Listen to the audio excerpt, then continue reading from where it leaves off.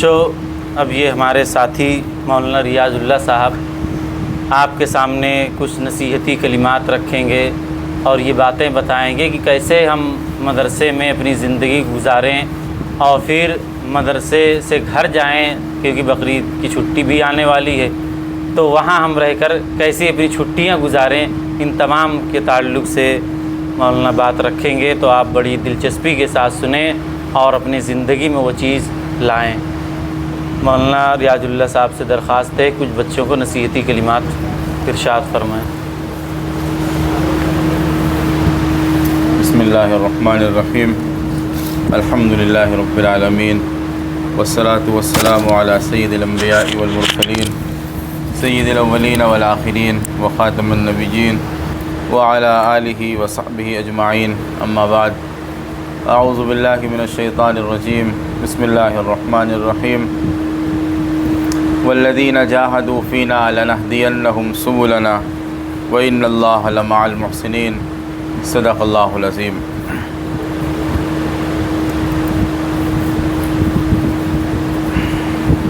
عزیز ساتھیوں اور قابل قدر طالب علموں، میں نے آپ کے سامنے قرآن مجید کی ایک آیت تلاوت کی ہے۔ باری تعالیٰ اسی آیت کے ذیل میں ایسی باتیں کہنے کی توفیق عطا فرما دے جو ہمارے لیے بھی نافع ہوں اور آپ کے لیے بھی نافع ہوں، ہم بھی اس پہ عمل کریں اور آپ بھی اس پہ عمل کریں۔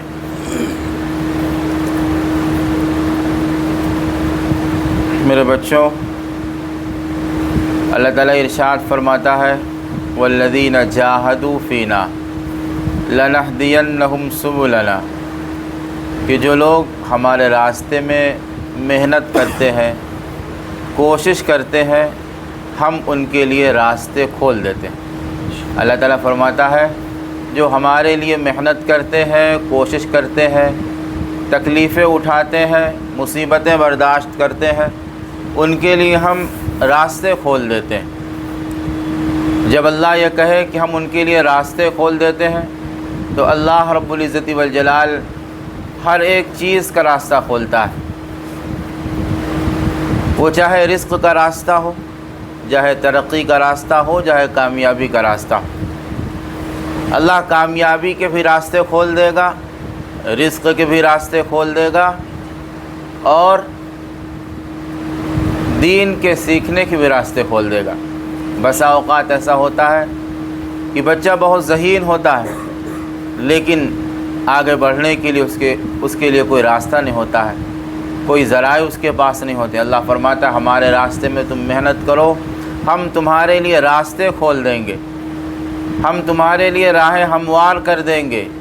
حضرات صحابہ اکرام رضوان اللہ تعالی علیہم اجمعین کے لیے اللہ نے راستے اس وقت کھولے جب انہوں نے قربانیاں دیں، جب انہوں نے اللہ کے راستے میں اپنے آپ کو کھپایا اور مصیبتیں برداشت کیں۔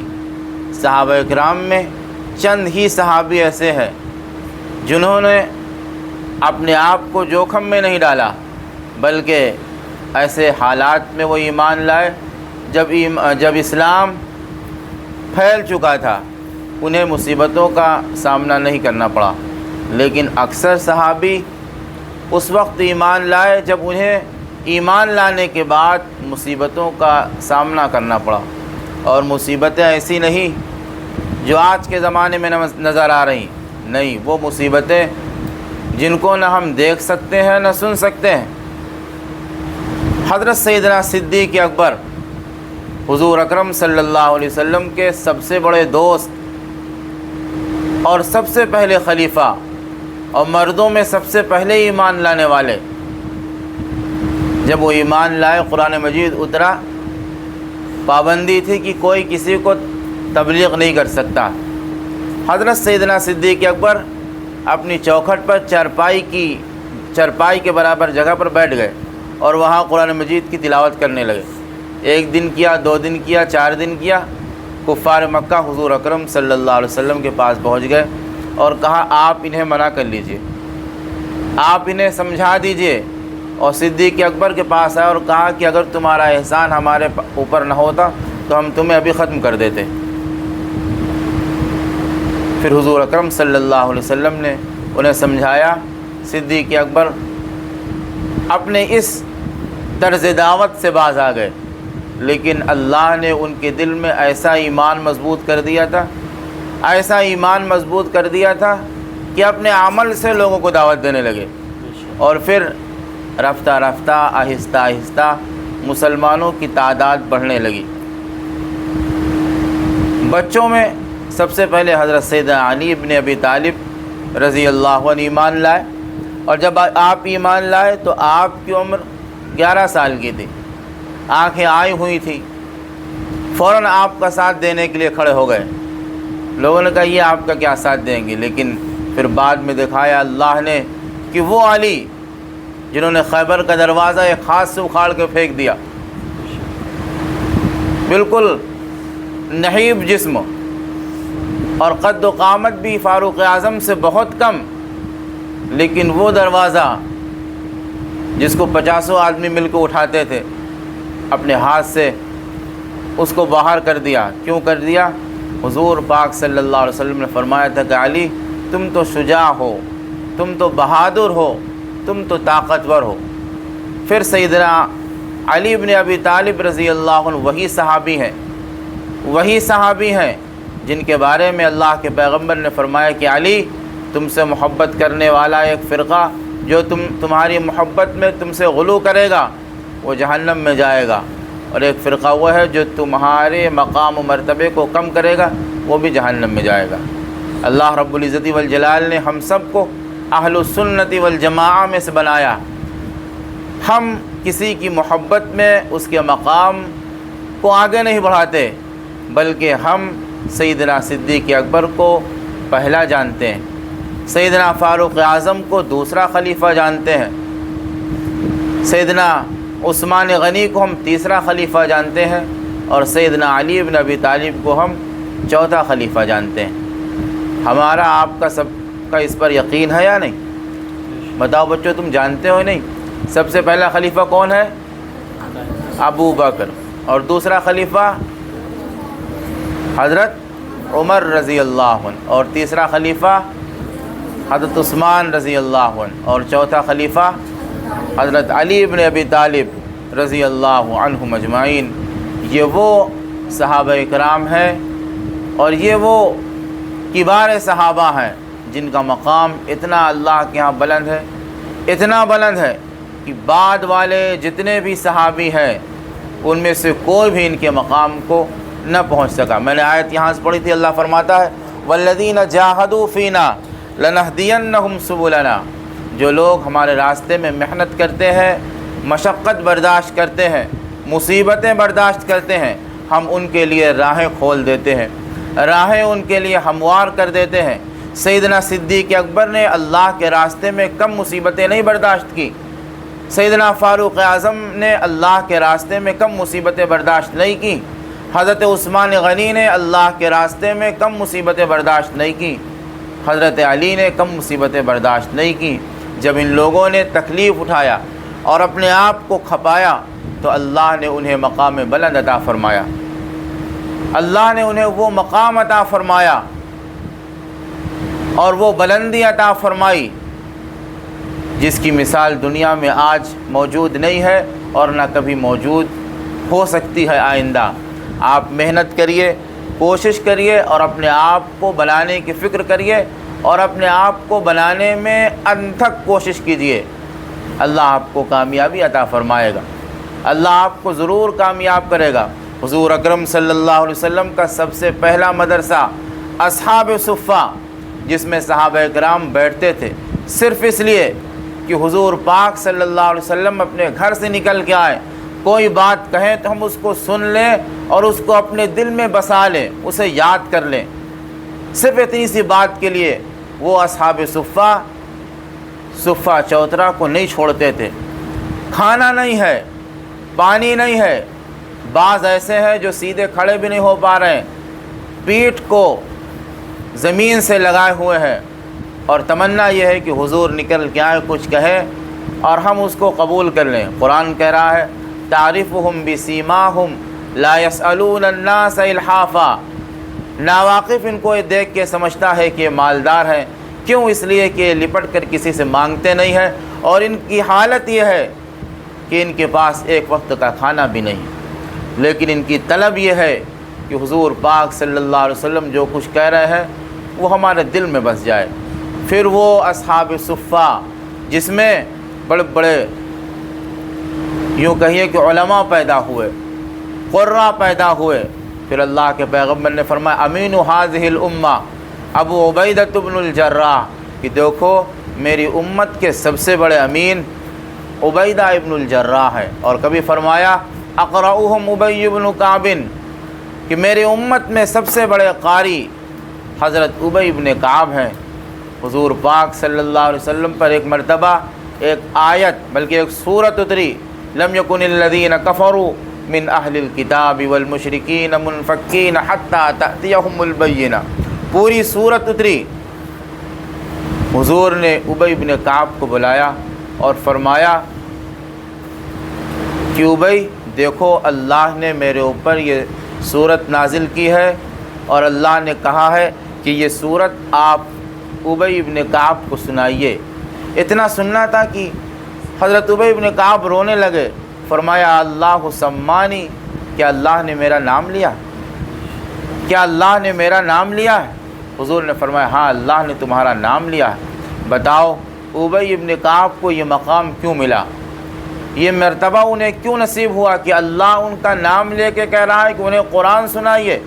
صرف اس لیے کہ انہوں نے محنت کی ہے، مصیبتیں اٹھائی ہے، قرآن کو پڑھنے اور سمجھنے میں اپنے آپ کو کھپایا ہے، اپنے آپ کو جوخم میں ڈالا، تو اللہ نے انہیں یہ مقام بلند عطا فرمایا۔ اللہ ان کا نام لے رہا، اللہ کسی کا نام لے لے یہ معمولی بات نہیں ہے۔ ہمارے یہاں ہمارا نام کوئی بڑا آدمی لے لے شہر کا تو ہم یہ سمجھتے ہیں کہ ہماری عزت میں اضافہ ہو گیا، لیکن اللہ فرماتا وَتُعِزُّ مَن تَشَاءُ وَتُذِلُّ مَن تَشَاءُ بِيَدِكَ الْخَيْرُ، کہ عزت اور ذلت کا مالک تو اللہ ہے۔ اللہ جسے عزت دے وہ عزت والا ہے، اور اللہ جسے ذلیل کر دے دنیا اسے کتنی بھی عزت دے وہ عزت دار نہیں ہو سکتا ہے، وہ ذلیل ہی رہے گا۔ مدرسے کے بچے جن کے صدقے میں چاند نکل رہا ہے، جن کے صدقے میں سورج نکل رہا ہے، جن کے صدقے میں روز روشنی ہوتی ہے اور اندھیرا ہوتا ہے، اگر ان کے اوپر کوئی انگلی اٹھائے اور یہ کہے تو غریب ہیں، ان کے تو کپڑے پھٹے ہیں، ان کے کپڑے پرانے ہیں، یاد رکھو اس کی ایمان کی کمزوری ہے اور وہ ملحد ہے۔ وہ ملحد ہے، اس لیے اسے معلوم ہی نہیں کہ یہ تو بقائے دنیا ہے۔ جب تک یہ رہیں گے تب تک دنیا سلامت رہے گی۔ میرے آقا اللہ کے پیغمبر صلی اللہ علیہ وسلم نے ارشاد فرمایا لا تقوم الساعة حتى يقال في الارض اللہ اللہ، کہ قیامت برپا نہیں ہوگی جب تک ایک اللہ اللہ کہنے والا دنیا میں موجود رہے گا۔ مدرسے میں صبح سے لے کے شام تک کیا سکھایا جاتا ہے؟ مدرسے کے بچے یہی کہتے ہیں کہ اللہ اعلم حیث یجعل رسالتہ، الحمدللہ رب العالمین، قل هو اللہ احد، اللہ اکبر، یہی تو تسبیح ہے اللہ کی، اور یہی تو اللہ کا نام ہے۔ جب تک یہ باقی رہے گا جب تک دنیا سلامت رہے گی، جب تک یہ بچے رہیں گے تب تک یہ دنیا سلامت رہے گی، جب تک یہ مدرسے قائم رہیں گے سورج نظر آتا رہے گا، چاند نکلتا رہے گا، تارے چمکتے رہیں گے اور روشنی ہوتی رہے گی۔ جس دن یہ مدرسہ مٹ جائے گا تو سورج بھی نظر نہیں آئے گا، چاند بھی نظر نہیں آئے گا، ستارے بھی نظر نہیں آئیں گے، روشنی بھی نظر نہیں آئے گی۔ حد یہ ہے کہ دنیا نظر نہیں آئے گی، دنیا ختم کر دی جائے گی۔ اسی لیے اپنے مقام کو آپ پہچانیے اور اپنے آپ کو بنانے کی فکر کیجیے، اپنے آپ کو آگے بڑھانے کی کوشش کیجیے، اور حضور اکرم صلی اللہ علیہ وسلم کی سنت کو اپنائے رکھیے، حضور اکرم صلی اللہ علیہ وسلم کے طریقے کو اپنے لیے لازم پکڑیے، صحابہ کرام کی سنت کو اپنے لیے لازم پکڑیے، صحابہ کرام کے بچوں کی قربانی کو پڑھیے اور ان کو یاد کریے۔ صحابہ کرام نے اپنے بچوں کی قربانی دی ہے۔ شیب ابی طالب میں صحابہ اکرام اور صحابیات حضور اکرم صلی اللہ علیہ وسلم کے ساتھ قید ہے، اور 1-2 دن نہیں 3 سال تک قید ہے۔ وہاں نہ کوئی بیچنے والا جا رہا ہے، نہ وہاں کوئی خریدنے والا ہے، پابندی لگا دی ہے کافروں نے کہ ان سے کوئی ملاقات نہیں کرے گا۔ اسی دوران نہ معلوم کتنے بچے اپنی ماؤں کی گودوں میں تڑپتے ہوئے شہید ہو گئے، اس لیے کہ ماؤں کو جب کچھ ملا نہیں کھانے کو، وہ پتے کھاتے کھاتے تب تک زندگی گزارتی، چھاتیوں سے دودھ اترنا بند ہو گیا، بچوں کی خوراک دودھ ہی ہوتی ہے، بچوں کو دودھ ملنا بند ہو گیا، وہ اسی گود میں شہید ہو گئے۔ لیکن ان ماؤں نے، ان ایمان کی پہاڑ عورتوں نے ایک حرف شکایت بھی زبان پر نہیں لائی، اور یہ بھی کبھی نہیں کہا کہ محمد اگر ہم تمہارے کلمے کو نہ پڑھتے تو ہمارے یہ بچے شہید نہ ہو جاتے، بلکہ وہ یہ کہتی تھی ایک نہیں ہزاروں بچے اسی حالت میں شہید ہو جائیں تب بھی ہم کامیاب ہیں، تب بھی ہم کامیاب ہیں۔ حضرت موسیٰ علیہ السلام کے زمانے کا واقعہ ہے کہ فرعون بچوں کو ڈال رہا تھا، آگ میں ڈال رہا تھا، صرف اس لیے کہ تم ہمیں خدا نہیں مانتے ہو، تم ہمیں خدا نہیں مانتے ہو۔ ایک واقعہ ملتا ہے کہ ایک عورت کے گود سے بچہ چھینا گیا، اور اس کو آگ میں جب ڈالا گیا بچہ جل گیا، بھن گیا۔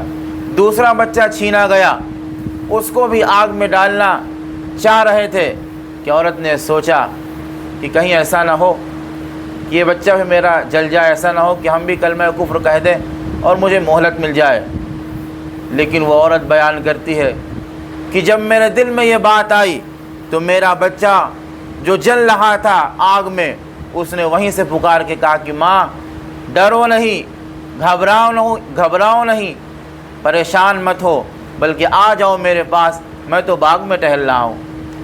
یہ دیکھنے والوں کو آگ نظر آ رہی ہے، لیکن میں اللہ کے باغ میں ٹہل رہا ہوں۔ وہ ماں کہتی ہے بس میرا ایمان اور بڑھ گیا، مجھے بھی اس میں ڈال دیا گیا، میں بھی اس میں بھن گئی۔ پھر آپ صلی اللہ علیہ وسلم جب معراج پر جا رہے تھے تو آپ ایک جگہ سے ایک ایسی خوشبو آپ کو محسوس ہوئی کہ آپ نے دنیا میں خوشبو کبھی نہیں سونگھی تھی۔ پوچھا جبرائیل یہ خوشبو کیسی ہے، یہ مہک کیسی ہے؟ یہ تو خوشبو دنیا کی نہیں ہے۔ تو حضرت جبرائیل نے بتایا کہ یہ واقعہ پیش آیا تھا، اور ان عورتوں اور بچوں کی ہڈیاں جہاں پر دفن ہیں اسی جگہ سے خوشبو اٹھتی ہے اور جنت تک جاتی ہے۔ تو یہ قربانی کا نتیجہ ہے، یہ قربانی کا نتیجہ ہے۔ اللہ ہم سب کو قربانی کے لیے قبول فرما لے، اور ہمیں دین پہ چلنے کے لیے ہر ایک مصیبت برداشت کرنے کی توفیق عطا فرمائے۔ آپ کے مولانا سجاد صاحب آپ کے لیے کتنی محنت کرتے ہیں، آپ کو اندازہ نہیں ہے کتنی محنت کرتے ہیں۔ مدرسہ چلانے میں کم محنت نہیں لگتی ہے، ایک بچے کو پڑھانے میں محنت کم نہیں لگتی ہے، جب پڑھایا جاتا ہے تب اندازہ ہوتا ہے کہ استاد کتنی محنت کرتا ہے، اور جب وہ استاد خود ذمہ دار ہو مدرسے کا تو وہ کتنی محنت کرتا ہوگا۔ آپ اس کا اندازہ اس وقت کریں گے جب آپ خود ذمہ دار بن جائیں گے، جب آپ کے کاندھوں پہ ذمہ داری آئے گی تب آپ کو اندازہ ہوگا کہ کتنی مصیبت سے مدرسہ چلتا ہے۔ یوں تو مدرسے پہ تان کرنے والے بہت ہیں کہ مدرسے والے مدرسہ چلا رہے ہیں، کھا رہے ہیں، نعوذ باللہ، ہرگز نہیں، ہرگز نہیں۔ یہ تان کبھی کبھی انسان کو اتنا گرا دیتا ہے، اتنا گرا دیتا ہے کہ موت کے وقت اس کو کلمہ نصیب نہیں ہوتا ہے۔ اس لیے کہ یہ علوم نبوت کو باقی رکھنے کے لیے قائم کرے گئے ہیں، علوم نبوت کو پھیلانے کے لیے مدرسے قائم کیے گئے ہیں، اور یہ واحد راستہ ہے کہ اسی سے علوم نبوت محفوظ ہے اور سینہ بسینہ ایک دوسرے کے اندر منتقل ہو رہا ہے اور قیامت تک منتقل ہوتا رہے گا۔ یہ اللہ کی طرف سے بقائے دین اور بقائے قرآن کا بہت بڑا ذریعہ ہے۔ اللہ فرماتا ہے انا نحن نزلنا الذکر وانا لہ لحافظون، ہم نے اس کو اتارا ہے اور ہم ہی اس کی حفاظت کریں گے۔ اب اللہ حفاظت کروانے کے لیے انسانوں کو چنتا ہے اور انہی کو چنتا ہے جو اللہ کو پسند ہوتے ہیں۔ ہر ایک آدمی حافظ نہیں بنتا، ہر ایک آدمی عالم نہیں بنتا، ہر ایک آدمی مدرسے کا خیر خواہ نہیں بنتا ہے، ہر ایک آدمی مدرسے کا تعاون کرنے والا نہیں بنتا ہے۔ اللہ جس کو قبول فرماتا ہے وہ ان کاموں میں حصہ لیتا ہے۔ اللہ ہمیں قبول فرما لے، ہم بھی ان کاموں میں حصہ لیں، اور آپ کو قبول فرما لے کہ آپ بھی جب بڑے ہوں تو ان کاموں میں حصہ لیں۔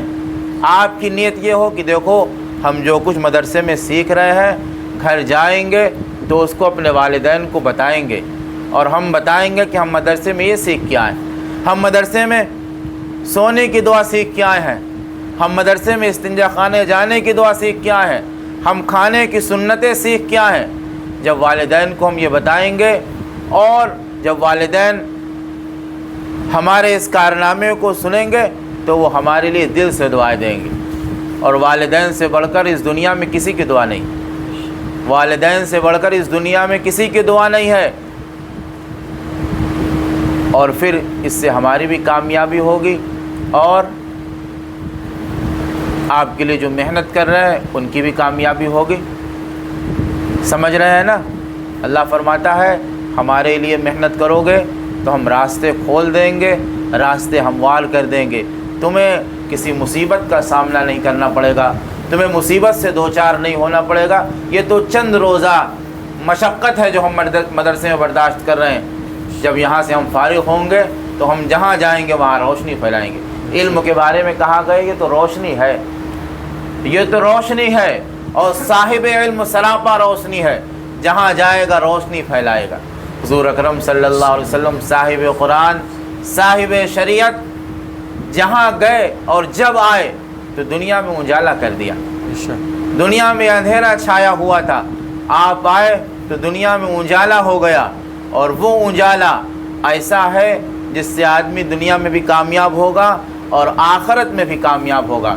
انسان تو آخرت میں کامیاب ہونے کے لیے دنیا میں بھیجا گیا۔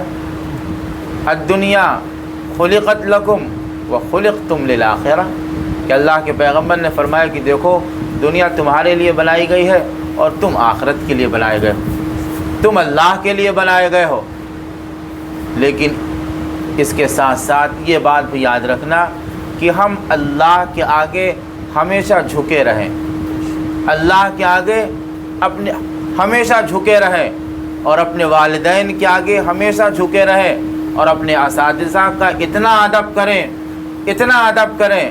اللہ کے پیغمبر نے فرمایا من تواضع للہ رفعہ اللہ، جو اللہ کے لیے جھکتا ہے اللہ اس کو بڑھا دیتا ہے، جو اللہ کے لیے جھکتا ہے اللہ اس کو بڑھا دیتا ہے۔ علم سیکھنے کے لیے دو باتیں بہت ضروری، ایک گناہوں سے بچنا اور ایک اپنے اساتذہ کا ادب۔ آدمی اگر گناہوں سے بچے گا تو اس کے علم میں ایک ایسا نور پیدا ہوگا جس سے اس کو فائدہ ہوگا، اور اس سے متصل جتنے ہیں ان سب کو اس روشنی کی دمک اور چمک محسوس ہوگی۔ اور اگر سب کچھ ہے لیکن اساتذہ کا ادب نہیں ہے، اپنے استاذوں کا ادب نہیں ہے، تو پھر کچھ حاصل نہیں ہوگا۔ علم حاصل ہوگا وہ وقتی ہوگا، اس سے آپ کو فائدہ نہیں ہوگا۔ اساتذہ کے ادب کے ساتھ اگر علم حاصل کیا جائے گا تو اس سے ہمیشہ فائدہ ہوگا، پوری زندگی آپ اس سے فائدہ اٹھائیں گے۔ اور اگر آپ نے مدرسے میں اساتذہ کی برائی کی، اساتذہ کی عزت میں کوتاہی کی، تو آپ کا علم ناقص رہ جائے گا، آپ کے علم میں کمی رہ جائے گی۔ آپ اس بات کو خوب سمجھیے کہ ہر وقت اپنے اساتذہ کی بات ماننا ہے اور ان کا احترام کرنا ہے، ان کی جو بات پسند آئے اس کو بھی قبول کرنا ہے، نہ پسند آئے اس کو بھی قبول کرنا ہے، اور یہ کہنا ہے کہ یہ ہمارے اساتذہ ہیں، یہ ہمارے استاد ہیں، جو کچھ یہ کہیں گے ہم اس پر مرنے جینے کے لیے تیار ہیں۔ حضرات صحابہ اکرام حضور اکرم صلی اللہ علیہ وسلم سے کہا کرتے تھے کہ نحن الذین بایعوا محمدا علی الاسلام ما بقینا ابدا، ہم نے تو آپ کے ساتھ مرنے جینے کا فیصلہ فرما لیا، ہم نے تو آپ کے ساتھ مرنے جینے کا فیصلہ فرما لیا، اب ہماری موت ہوگی تو اسلام پر ہوگی، ہم جئیں گے تو اسلام پر جئیں گے، اور مریں گے تو اسلام پر مریں گے، اور آپ کے ساتھ رہیں۔ کیوں؟ اس لیے کہ آپ نے ہمیں سب کچھ سکھایا ہے، آپ نے ہمیں ہمارے خالق اور ہمارے مالک کو پہچانوایا ہے، آپ ہمارے استاد ہیں، ہمارے نبی ہیں، جو کچھ آپ کہیں گے ہم اس کو مانیں گے، اس پر لبیک کہیں گے۔ حضرات صحابہ کرام نے جب یہ عزم کیا تو اللہ نے ان کو دنیا میں بھی عزت عطا فرمائی اور آخرت میں بھی عزت عطا فرمائی، اور دنیا میں اعلان فرمایا کہ وَكُلًّا وَعَدَ اللَّهُ الْحُسْنَى، ہر ایک صحابی سے جنت کا وعدہ ہے، ہر ایک صحابی سے جنت کا وعدہ ہے۔ جنت کا وعدہ صحابی سے دنیا میں صرف اس لیے کیا گیا کہ انہوں نے حضور کی اتنی خدمت کی ہے، دین کی اتنی خدمت کی ہے کہ دین کی خدمت کے لیے، حضور کی ناموس کے لیے اپنے آپ کو اور اپنے بچوں کو اور اپنے گھر بار کو قربان کر دیا۔ جب قربانی دی تو اللہ فرماتا ہے کہ وَإِنَّ اللَّهَ لَمَعَ الْمُحْسِنِينَ، ہم تو احسان کرنے والوں کے ساتھ ہیں، ہم تو محسنین کے ساتھ ہیں۔ اور محسنین اکبر حضرات صحابہ کرام رضوان اللہ تعالی علیہم اجمعین ہے۔ اللہ ہم سب کو بھی ان کے نقش قدم پر چلنے کی توفیق عطا فرمائے، اور بھائی سائی سجاد کو اللہ رب العزت والجلال ترقی عطا فرمائے اور انہیں خوب محنت کرنے کی توفیق عطا فرمائے۔ وآخر دعوانا الحمدللہ رب العالمین۔ بہت شکر گزار ہیں ہم اپنے بھائی مولانا ریاض اللہ صاحب کے، جنہوں نے اپنی بہت ہی قیمتی باتیں، صحابہ کے واقعات، ہمارے نبی کی سیرت کی روشنی میں بات کو سمجھانے کی کوشش کی ہے۔ اللہ رب العزت ہم تمام طلباء اور ہم سب کو ان باتوں پر عمل کرنے کی توفیق عطا فرمائے۔ آخر میں ہم اپنے آنے والے مہمان کے مشکور بھی ہیں، ہم اپنے بھائی ابرار صاحب کے اور اپنے دوست ریاض اللہ بھائی کے اور ان کے والد محترم، جنہوں نے اپنی عدالت کے باوجود یہاں آنے کی کوشش کی اور ہم تمام لوگوں کے حوصلے افزائی کی اپنی تشریف آوری کے ذریعے سے۔ ہم بہت ممنون مشکور ہیں، اور آپ کے بڑے بھائی کے جو یہاں تشریف لائے۔ اور آخر میں ہم اس پروگرام کو دعا کے ساتھ ختم کریں گے۔ اللہم لک الحمد ولک الشکر، اللہم لک الحمد ولک الشکر، اللہم لک الحمد کلہ ولک الشکر کلہ، الحمدللہ رب العالمین۔ اللہم صلی وسلم مبارک علی عبدک ورسولک محمد صلی اللہ علیہ وسلم، اللہم صلی وسلم مبارک علی عبدک ورسولک محمد صلی اللہ علیہ وسلم۔ ربنا آتنا فی الدنیا حسنہ وفی الآخرۃ حسنہ وقنا عذاب النار۔ ربنا لا تزغ قلوبنا بعد إذ هديتنا وهب لنا من لدنك رحمة إنك أنت الوهاب۔ اللهم إني أسألك فعل الخيرات وترك المنكرات وحب المساكين، وأن تغفر لي وترحمني، وإذا أردت فتنة في قوم فتوفني غير مفتون۔ اللهم إني أسألك حبك وحب من يحبك وحب عمل يقرب إلى حبك۔ اللهم إني أسألك الثبات في الأمر والعزيمة على الرشد، وأسألك شكر نعمتك، وأسألك حسن عبادتك، وأسألك لسانا صادقا، وأسألك قلبا سليما۔ اللهم إني أسألك من خير ما تعلم، وأعوذ بك من شر ما تعلم، واستغفرك لما تعلم إنك أنت علام الغيوب، واستغفرك لما تعلم إنك أنت علام الغيوب۔ اللهم إنا نسألك علما نافعا ورزقا حلالا طيبا وعملا متقبلا۔ اللهم إني أعوذ بك من عذاب القبر، وأعوذ بك من فتنة المسيح الدجال۔ اللهم إني أعوذ بك من المأثم والمغرم، اللهم إني أعوذ بك من المأثم والمغرم۔ اے اللہ، جو کچھ کہا گیا ہے اے مالک اسے قبول فرما لے، اس پر عمل کرنے کی توفیق عطا فرما دے۔ اے اللہ، اس مدرسے کو دن دوگنی ترقی عطا فرما دے۔ اے اللہ، یہاں جو بچے اور اساتذہ پڑھ رہے ہیں، محنت کر رہے ہیں، اے اللہ ان کی محنتوں کو قبول فرما لے۔ اے اللہ، اس مدرسے سے جو بھی جڑے ہوئے ہیں، اے اللہ ان کے تعاون کو قبول فرما لے۔ اے اللہ، ہم سب کی دعاؤں کو حضور پاک صلی اللہ علیہ وسلم کے صدقے میں قبول فرما۔ وصلی اللہ تعالی علی خیر خلقہ محمد وآلہ وصحبہ اجمعین برحمتک یا